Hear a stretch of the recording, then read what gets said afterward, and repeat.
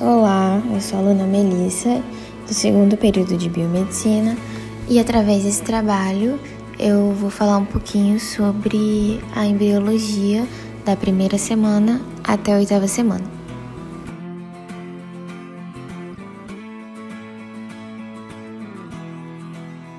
Então, para começar a falar desse processo, nós vamos começar falando sobre a fecundação, que é onde dá início. A embriologia humana, ela trata-se de um processo de fertilização que ocorre quando os gametas masculinos e femininos se encontram e o espermatozoide penetra o óvulo. Quando isso acontece, os nucleolos dessa célula haploide fundem-se em uma coisa só para formar um novo ser vivo, o ovo ou o zigoto. Esta imagem que está sendo ilustrada vai nos mostrar a primeira e a segunda semana.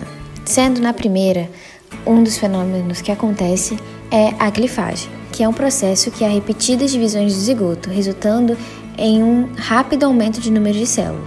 O zigoto é dividido em 2 células, conhecidas como blastômeros, que então se dividem em 4, 8 e assim por diante.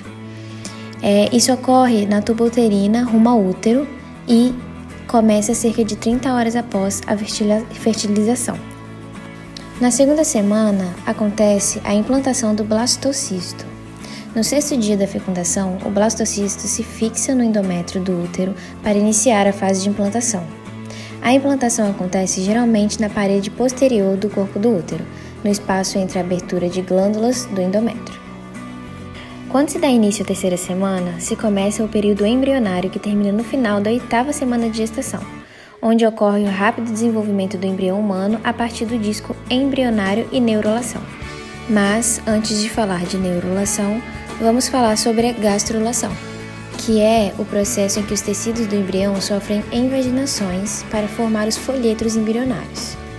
Como tantas outras fases do desenvolvimento embrionário, a gastrulação é um processo bioquimicamente complexo através do qual o embrião bilaminar adquire uma 3ª camada, para se transformar em um disco trilaminar. Não é raro ouvir alguns indivíduos chamarem o embrião de gástrula durante essa fase de desenvolvimento. Durante esse processo, o embrião também desenvolve inclinação axial. Esse período também contribui significativamente para as mudanças morfológicas pelas quais o embrião vai passar até adquirir a forma humana. A última fase do desenvolvimento embrionário é a organogênese, onde ocorre a diferenciação dos tecidos e órgãos. O primeiro estágio dela é a neurulação, quando há a formação do tubo neural, que se diferenciará do sistema nervoso central. Chamamos de neurulação o processo em que a placa neural e as pregas neurais são formadas e o fechamento que forma o tubo neural. Nesse processo, o embrião pode ser chamado de neurula. A placa neural desenvolve-se a partir do ectodermo embrionário e quem induz esse processo é a notocorda. O sistema nervoso, então, é derivado de ectoderma da placa neural.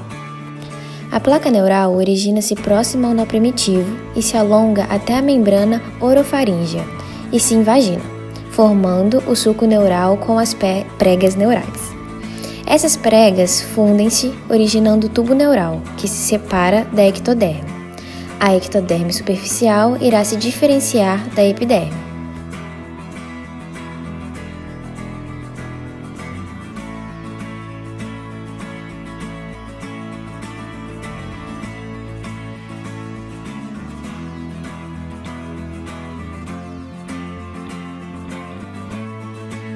De um modo simplificado, pode-se dizer que a ectoderme dá origem à pele e o sistema nervoso, o endoderme para os órgãos intestinais e a mesoderme para o resto dos órgãos.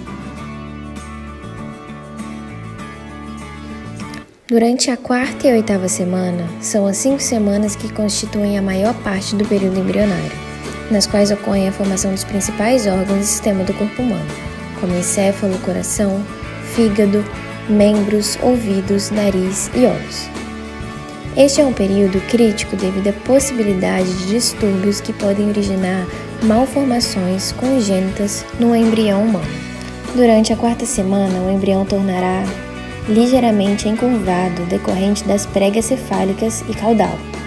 O coração produz uma grande saliência ventral e já bombeia sangue. Na 5ª semana, temos um rápido crescimento do encéfalo e proeminências faciais, fazendo com que o crescimento da cabeça exceda o crescimento de outras regiões e a face fique em contato com a eminência cardíaca. Os brotos dos membros superiores adquirem a forma de remos e os dos membros inferiores de nadadeiras. Na sexta semana, as placas das mãos se desenvolvem nos membros superiores. Os raios digitais começam a se desenvolver. Os membros inferiores se desenvolvem um pouco mais tarde que os membros superiores. Os embriões nessa semana já apresentam movimentos espontâneos, como contrações bruscas do tronco e dos membros.